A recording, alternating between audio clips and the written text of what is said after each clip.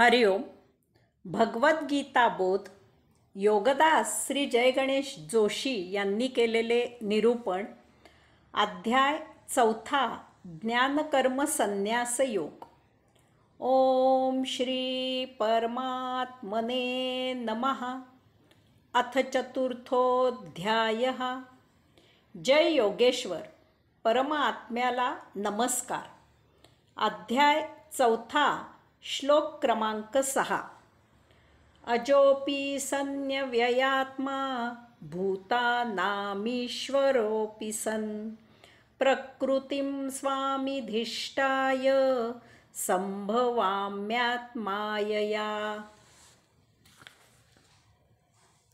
मी अजन्मा आहे, तसेच अविनाशी असून सर्व प्राणीमात्रांचा ईश्वर असूनही आत्ममायेने प्रकृतीत प्रगट होतो. खूप मोलाचा आणि महत्त्वाचा श्लोक आहे. येथे भगवंत श्री मूलभूत आत्मतत्वाची उकल करत आहेत. एकूण 6 गोष्टी सांगितल्या आहेत, त्या एकमेकात गुंतलेल्या आहेत. त्या समजून घेतल्या तर ब्रह्म, परमब्रह्म, आत्मा, परमात्मा, पुनर्जन्म इत्यादी गोष्टींबद्दल गैरसमज दूर होतील. अध्यात्माबद्दल सत्य ज्ञान होईल. परमात्मा अज म्हणजे जन्म न होणारा आहे. त्याचा जन्म होत नाही, म्हणूनच अर्थातच त्याचा मृत्यूही होत नाही. कारण येथे प्रत्येक गोष्ट ही तिच्या विपरीतावर अवलंबून आहे. दुःख असेल तर त्याच्या विपरीत सौख्य असते आणि सौख्य असेल तर त्याच्या विपरीत दुःख असते. प्रकाश असेल तर काळोख अपरिहार्य आहे. अशा प्रकारे येथे 2 परस्पर विरुद्ध गोष्टी एकमेकांना सांभाळून असतात. यालाच द्वैत असे म्हणतात. परंतु जर आपण हे द्वैत ओलांडून त्याच्या पलीकडे निघून जाऊ शकलो, त्यालाच अद्वैत असे म्हणतात. तर आपण या दोन्हीही पासून सुटका करून त्या पलीकडील केवल स्थिती प्राप्त करतो. याचा अर्थ अद्वैत स्थिती आपल्याला ते द्वैत निर्माण करण्याच्या आधीच्या स्थितीत नेऊन पोचवते. ही भौतिक द्वैताच्या उगमाआधीची स्थिती असते. तेथे द्वैत नसते, म्हणजेच अद्वैत असते. 2 नाहीत अशी ही स्थिती म्हणजेच भौतिकाच्या आधीची शून्य अवस्था असते. तेथेच कैवल्यानंद, योगधाम, परमात्मा असतो. द्वैताच्या अतीत अद्वैता अवस्थेत आनंद असतो. आनंदाच्या विरुद्ध काहीही नाही, ती मूळ स्थिती असते. हे विश्व आहे असे आपण म्हणतो, याचा अर्थ त्याच्या विपरीत म्हणजे हे विश्व नसण्याचीही स्थिती असायला पाहिजे. त्याचप्रमाणे ज्या अर्थी हे विश्व उद्भवले, त्या अर्थी ते उद्भवण्यासाठी मूलतः काहीतरी असण्याची आवश्यकता असते. कारण नसत्यातून काहीही निर्माण होऊ शकत नाही. निर्मितीला कसला तरी आधार असावा लागतो. याचा अर्थ हे विश्व निर्माण होण्याआधी येथे काहीतरी होते. विश्वनिर्मितीला कशाचा तरी आधार होता, ते कशातून तरी निर्माण झाले. त्याला आपल्या ऋषींनी परब्रह्म असे म्हटले. काहीतरी नाव द्यायला पाहिजे म्हणून नाव दिले परब्रह्म. ज्या अर्थी परब्रह्मामधून विश्व निर्माण झाले, त्या अर्थी ते निर्माण करायला त्यामध्ये ते निर्माण करण्याची शक्ती असायलाच पाहिजे. एरवी निर्मिती शक्य नाही. आपण आवाज काढतो, आवाज निर्माण करतो, त्या अर्थी आपल्यात आवाज काढण्याची शक्ती आहे. म्हणूनच आपण आवाज काढू शकतो. एरवी आपण आवाज काढू शकणार नाही. त्याचप्रमाणे विश्व निर्माण करण्याची शक्ती परब्रह्मामध्ये असायलाच पाहिजे. एरवी निर्मिती शक्य नाही. निर्मिती आपोआप होत नाही. या शक्तीला, परब्रह्माच्या शक्तीला आपण ऋषींनी परमात्मा असे नाव दिले. काहीतरी नाव द्यायला पाहिजे म्हणून नाव दिले परम आत्मा. आता येथे फार महत्त्वाचा मुद्दा लक्षात घ्यायचा आहे. ज्या अर्थी परमात्म्यामधून विश्व निर्माण झाले, त्या अर्थी ते निर्माण करायला तिच्यात ती निर्मितीची स्फूर्ती असायला पाहिजे. ही स्फूर्ती द्यायला अजून काही वेगळी शक्ती तेथे अस्तित्वात नव्हती. कारण मूळ शक्तीच परमात्मा आहे, हे आपण जाणून घेतले आहे. याचा एक महत्त्वाचा अर्थ असा आहे की हा म्हणजे परमात्मा हा स्वयंभू आहे. एरवी तो आपले आपण प्रोत्साहित होऊन काही कार्य करणे शक्य नाही. तो स्वतः निर्मित करतो. याचा अर्थ तो स्वतः नष्टही करतो. स्वयंभू याचा अर्थ हा असाच असायला पाहिजे. परमात्मा स्वयंभू आहे, तो स्वतः निर्णय घेतो. ती क्षमता त्याच्यात स्वयंभू आहे, त्यासाठी त्याला अजून काही वेगळी प्रेरणा लागत नाही. तो स्वमर्जीने संचार करत असतो, स्वक्षमतेने विहार करतो, स्वबुद्धीने स्वमनाने उत्पत्ती करतो, लय करतो. ती परमोच्च शक्ती आहे. आपल्या पृथ्वीच्या 60 लाख पट आपला सूर्य आहे, त्याची ग्रहमाला आहे. त्या ग्रहांचे उपग्रह आहेत. असे अब्जावधी सूर्य आहेत आणि त्यांच्या ग्रहमाला आहेत. याशिवाय अनेक तारे आणि धूमकेतू आहेत. हे सर्व सूर्य, तारे, धूमकेतू त्या परमात्म्यासभोवती, त्या निर्माणासभोवती, या परमब्रह्मात फिरत आहेत. यालाच आपण विश्व असे म्हणतो. यावरून या परमब्रह्माच्या आणि त्या परमात्म्याच्या भव्यतेची, विराटाची कल्पनाही करणे शक्य नाही, हे लक्षात येईल. म्हणूनच आपण कल्पांत असा शब्द वापरतो. या निरूपणावरून आपण जेव्हा परमात्म्याबद्दल बोलतो, तेव्हा आपण कोणाबद्दल बोलतो त्याची किंचित मात्र कल्पना येईल. हे लक्षात घेतल्यावर आता हा श्लोक समजणे सोपे जाईल. भगवंत श्री म्हणत आहेत की ते अज आहेत. भगवंत श्री परम आत्मा आहेत. त्यांचा जन्म होत नाही, कारण सर्व मूळ उत्पत्तीला तेच कारण आहेत. विश्व निर्माण होण्याआधीपासून ते आहेत. विश्व त्यांच्यामधूनच निर्माण होते, त्यामुळे त्यांचा जन्म होण्याचा प्रश्नच येत नाही. ते सदा सर्वदा असणारच आहेत. विश्व कल्पांताने नष्ट झाले तरीही ते असणारच आहेत. त्यामुळे ते अव्यय आहेत. ते कधीही नष्ट होणे शक्य नाही. सर्व काही त्यांच्यातच, त्या निर्माणातच लय होत असते. त्यामुळे परमात्मा नित्य असतो. परमात्म्यामधूनच सर्व काही निर्मित होत असल्यामुळे ते सर्व भूतमात्रांचे ईश्वर आहेत. कारण सजीव सृष्टी निर्माण होताना त्यात परमात्म्याचीच चेतना अंशात्मक रूपाने येते. चेतनेशिवाय सजीव सृष्टी शक्य नाही. परमात्म्याशिवाय इतर कोणतीही चेतना येथे अस्तित्वात नाही. त्यामुळे प्रत्येक सजीवात परमात्म्याचाच अंश असतो. म्हणूनच येथे विश्वाचा ईश्वर असे न म्हणता भूतमात्रांचा ईश्वर असे म्हटले आहे. विश्वासकट विश्वातील प्रत्येक वस्तू ही परमात्म्यामधूनच येथे निर्मित झाली असली तरी फक्त सजीवातच चेतन आत्मशक्ती वास्तव्याला असते. त्यामुळे भगवंत श्री म्हणत आहेत की ते सर्व भूतमात्रांचा ईश्वर आहेत. भगवंत श्री हे भूतमात्रांचा ईश्वर असूनही ते स्वतः जेव्हा येथे देह धारण करतात, तेव्हा त्यांना तो आत्ममायेने धारण करावा लागतो. हे जरा सविस्तर समजून घ्यावे लागणार आहे. आत्मा हा विश्वातील सूक्ष्माती सूक्ष्म आहे. त्याच्या इतके सूक्ष्म दुसरे काहीही नाही. आत्मा म्हणजे दिव्य चेतना आहे. ती विश्वचेतना आहे. जेव्हा विश्व आणि त्यामधील वस्तुजगत निर्माण झाले तेव्हा ते अचेतन होते. विश्वनिर्मितीचे वेळी येथे सचेतन असे काहीही नव्हते. विश्व आणि त्यातील वस्तू जड होत्या.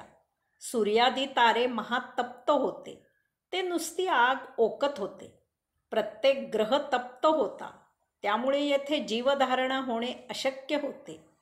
ग्रह थंड व्हायच्या अब्जावधी कालावधी व्यय व्हावा लागला. त्यातील काही ग्रह थंड झाले. त्यानंतर हे विश्व निर्माण झाल्यावर मग नंतर परमात्म्याला या विश्वात स्वतः सहभागी व्हावे, येथे वास्तव्य करावे, या अतिसुंदर सृष्टीचा आनंद घ्यावा असे वाटले असावे. त्या स्वयंभू विश्व चैतन्याला, वैश्विक बुद्धीला, विश्वमनाला स्वनिर्मितीचा आनंद घ्यावा असे वाटले असावे. त्यामुळे त्याने स्वतः येथे जीवसृष्टी जीवित राहावी यासाठी पंचमहातत्वे निर्माण केली. सध्या तरी आपली केवळ एकमात्र पृथ्वीच अशा प्रकारे सजीव सृष्टी असलेली आहे. पृथ्वीप्रमाणे इतरही काही ग्रहांवर जीवसृष्टी असावी, परंतु अद्याप तरी तसा ठोस पुरावा मानवाच्या हाती आलेला नाही. आता येथे एक वेगळीच विचित्र गोष्ट घडणे आवश्यक होते. आत्मा सूक्ष्माती सूक्ष्म आहे, अदृश्य आहे. सृष्टी आणि तिच्यातील वस्तू जगत तर जड आहे, दृश्य आहे. त्यामुळे जड वस्तू जगताचा आनंद घेण्यासाठी या सूक्ष्मातिसूक्ष्म आत्म्याला जडवस्तूत वास्तव्याला येणे आवश्यक होते. एरवी या जडसृष्टीचा आस्वाद घेणे अशक्य होते. उदाहरणार्थ, पृथ्वीचा गंध हा गुण आहे, परंतु हा गंध सूक्ष्म आहे, तो अदृश्य आहे. त्यामुळे सूक्ष्मातून जडापर्यंत आपल्यापर्यंत तो सरळ येऊन पोहोचू शकत नाही. त्यासाठी त्या गंधाला फुलाचा आधार घ्यावा लागतो. गंधाला फुलाचे जडवस्तूचे माध्यम निवडावे लागते. तेव्हाच तो प्रगटपणे दरवळू शकतो, तेव्हाच तो आपल्यापर्यंत पोहोचू शकतो. आत्म्याला असेच करावे लागले. आत्म्याला येथे स्वतःभोवती दृश्य जडदेहाचा भास निर्माण करावा लागला. आत्म्याला दृश्य जडदेहाच्या माध्यमातून सृष्टीचा आस्वाद घ्यावा लागला. म्हणूनच येथे आत्ममाया असा गीतेने शब्द वापरला आहे. देहधारणा ही त्या आत्म्याची माया आहे. तो भास आहे, ते मिथ्या आहे. सूक्ष्म आत्मा येथे निवास करण्यासाठी जडदेहाचा आभास निर्माण करतो. ते आत्म्याचे सत्य रूप नव्हे, ते त्याचे मिथ्या रूप आहे. ती आत्ममाया आहे. याला योगमाया असेही म्हणतात. यावरून अजून एक गोष्ट जाणून घ्यायची आहे की या सूक्ष्म आत्म्यामधून जरी हे विश्व आणि त्यातील वस्तू जगत निर्मित झाले असले तरी ते जड आहे, दृश्य आहे. ते म्हणजे आत्मा नव्हे, ते म्हणजे आत्मांशही नाही. आत्मा अदृश्य सूक्ष्म आहे. हे विश्व आणि त्यातील वस्तू जगत हे आत्म्याचे मिथ्या रूप आहे. ते सत्य नाही, तो आभास आहे. पृथ्वीचा गंध हा गुण आहे. तो सृष्टीत दरवळण्यासाठी त्याला फुलाचा माध्यम म्हणून आधार घ्यावा लागतो. याचा अर्थ तो अदृश्य सूक्ष्म गंध म्हणजे फूल नव्हे, ते केवळ एक माध्यम आहे. फूल दृश्य जड आहे. गंध फुलाच्या माध्यमातून येथे दरवळतो, यालाच येथे प्रगट होतो असा शब्द वापरला आहे. अग्नी दृश्य जडवस्तूमध्ये अदृश्य सूक्ष्म रूपात अप्रगट असतो. ती वस्तू म्हणजे अग्नी नव्हे. तो घर्षणाने त्या वस्तूमधून, त्या वस्तूच्या माध्यमातून जडरूपात दृश्य होतो. यालाच येथे प्रगट असा शब्द गीतेने वापरलेला आहे.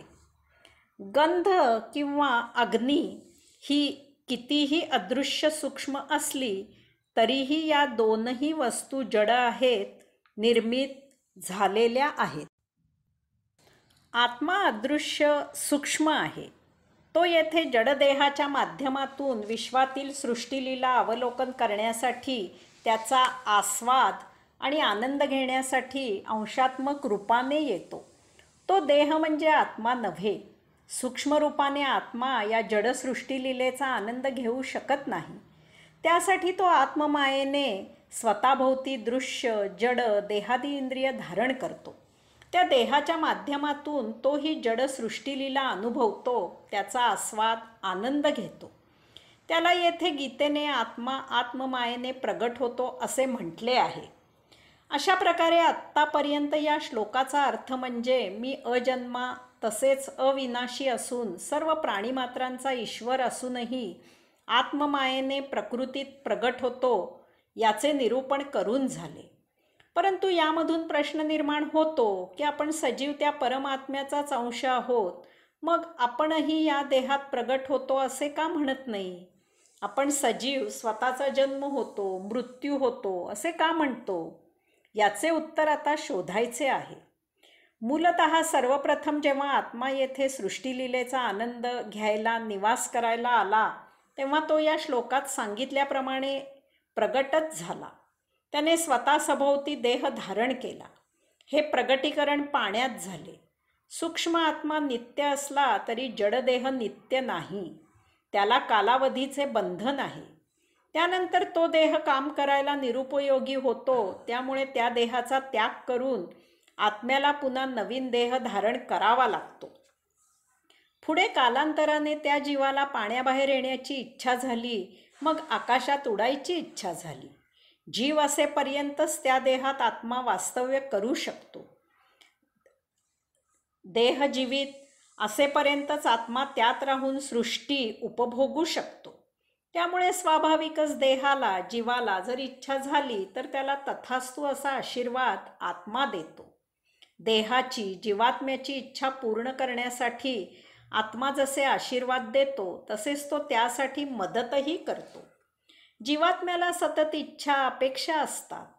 एखादी चांगली सुंदर वस्तू पाहिली की ती त्याला परत परत पाहावी असे वाटते. ती त्याच्याजवळ असावी, त्याच्या ताब्यात असावी, त्याच्या मालकीची असावी असे त्याला वाटते. म्हणजे तो त्या वस्तूचा त्याच्या इच्छेने आस्वाद, उपभोग घेऊ शकतो. जसे डोळ्यांचे होते तसेच इतर ज्ञानेंद्रियांचे होते. त्यांना सतत भोगेच्छा होत असतात. आता हेही सत्य आहे की जीवाला, देहादी इंद्रियांना झालेल्या इच्छा सर्व पूर्ण होत नाहीत. काही इच्छा अतृप्त राहतात.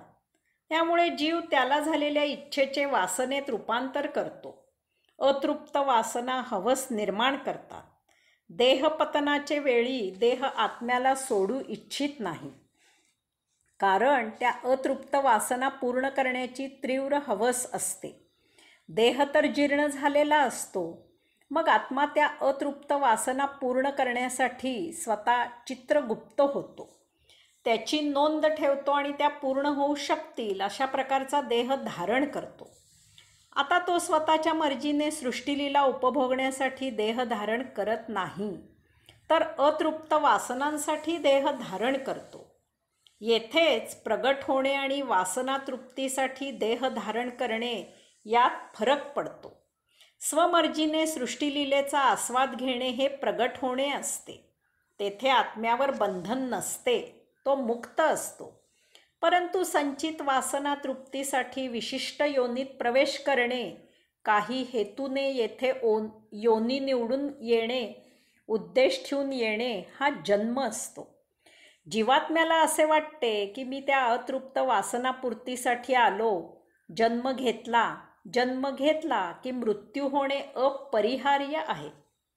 आपल्याकडे एखादी व्यक्ती अचानक येते, त्याला विचारावे की कसे काय येणे केले, तर तो म्हणतो सहजच आलो, इकडं आलो होतो, म्हटले तुम्हाला भेटावे. हे प्रगटीकरण आहे. कारण तो जसा आला होता तसाच तो अंतर्धान होतो. स्वमर्जीने येतो आणि स्वमर्जीने जातो. परंतु एखादा काही विशिष्ट हेतूने कामाला येतो याचा अर्थ त्याच्यावर बंधन आले. काम झाल्यावर निघून जाणे हेही बंधन आले. काम पूर्ण न झाल्यास ते संपेपर्यंत परत येणे हे ओघाने आलेच. हा जन्म मृत्यू आहे. देहाला अशी भावना असते की त्या अतृप्त संचित वासना तृप्त करायच्या आहेत. त्यासाठी योग्य अशी योनी निवडायची आहे. चला जन्म घेऊया. जीवन जगताना संचित तर पूर्ण झाले नाहीच, उलट या जन्मी त्यात भोगांची भर झाली. देह तर जीर्ण झाला आहे, मग आता तो त्याग करून पुन्हा ते संचित संपविण्यासाठी नवा देह घ्यावा लागेल. याचा अर्थ येथे मृत्यूची भावना आली. या अशा वासना तृप्तीसाठी जन्ममरणाचे रहाटगाडगे फिरू लागते. म्हणून आपण भोगार्थी मर्त्य मानव जन्म घेऊन येथे येतो आणि मृत्यूहून येथे पुन्हा येण्यासाठी जातो. परंतु जर आपण मुक्त असू तर हे येणे जाणे बंधनात जखडलेले नसेल. विशिष्ट योनी निवडण्याचे बंधन नसेल. आपण आपल्या मर्जीने प्रगट होऊ आणि देह थकला की त्यामधून अंतर्धान होऊ. येथे देहभावना नसून आत्मभावना असते. हरिओम.